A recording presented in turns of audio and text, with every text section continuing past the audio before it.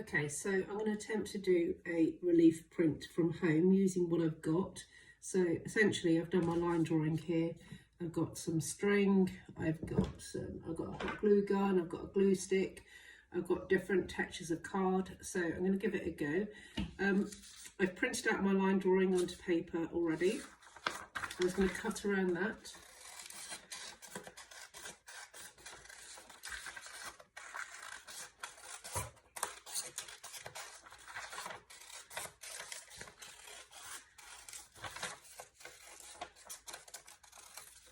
And stick that into place just using a glue stick.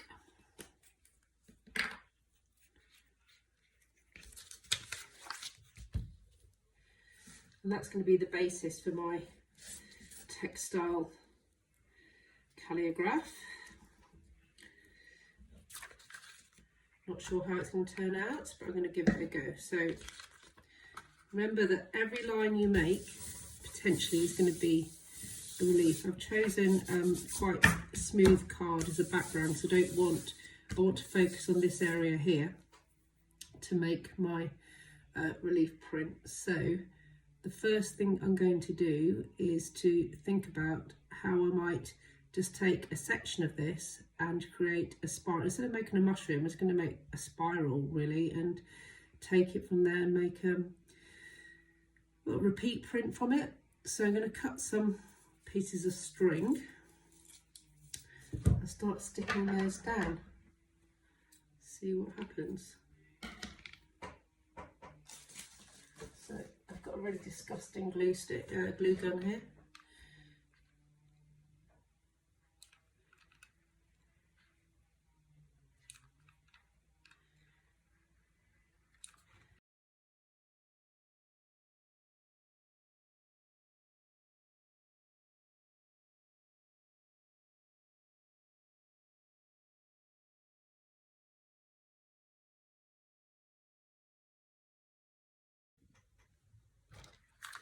So I'm starting to speed up now with just getting these around. I've decided I'm going to actually cut it down a little bit so I can do repeat prints using different colours. But I'm just going to keep going. If you haven't got a glue gun, don't worry. It'll probably stop you getting burnt fingers like I'm getting at the moment, but there we go. Anything for art, I reckon.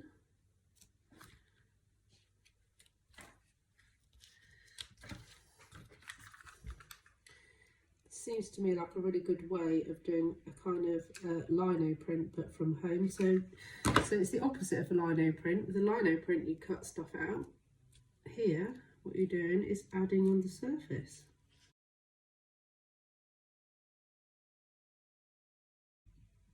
Okay, so now I've kind of got as many bits of string as I want. So I'm going to snip these off because if this is too high, you're going to struggle to get any definition around the mushroom or the spiral, because I'm just going to fill in the gaps in the middle with a bit of glue so you get like a centre.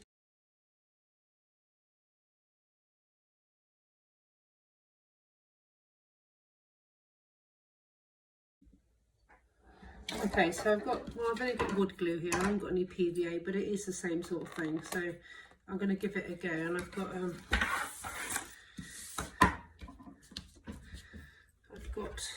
paintbrush which I've been using to decorate with. Just bear in mind, if you use PVA on on a brush, sorry, you will have to thoroughly wash it afterwards, otherwise it will stick together and be no use to you ever again. So this is my favourite DIY brush here, so I will be washing it. Okay, so if you can see what I'm doing, it's quite dense. I'm going to put a piece of card underneath because I don't want that glue all over my sewing table. I'm going out from the centre because I don't want to unstick all of those pieces of string which I put on there. Also, there's things on here I don't want, like that bit of awful glue there, so get rid of that. Okay, could do a bit more. I would say 2 to 3 coats of glue is going to be helpful. I hope wood glue is the same as PVA glue. I'm sure it will work. Or if it doesn't, I'll have to order some more, some PVA.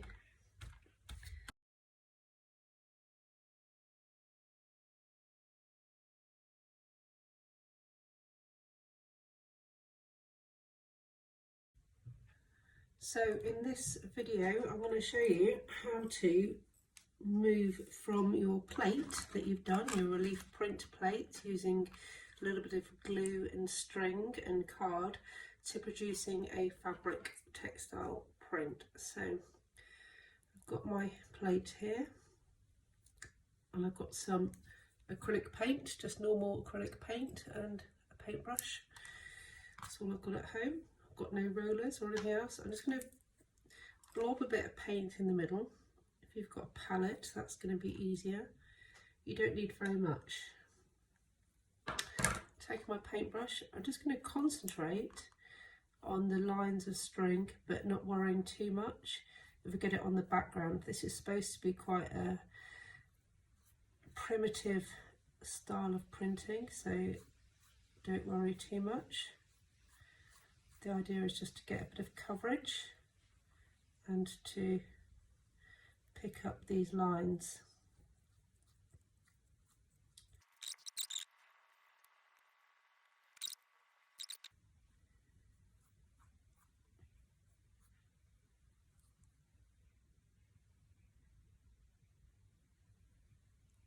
Make sure you wash your paintbrush afterwards.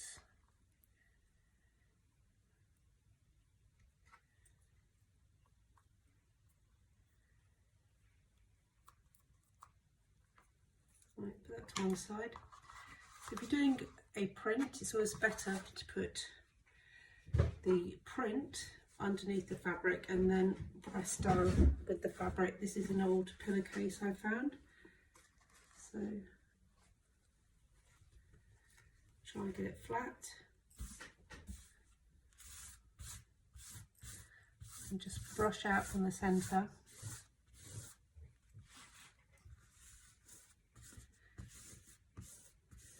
And you can just see that it's starting to create that pattern underneath.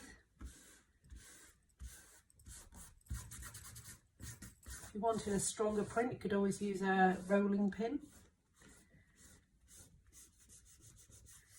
but I don't want that much. Okay, let's have a look what I've done. And there you have it. You've got a nice cylindrical pattern, and I could then use different colours to make a repeat print.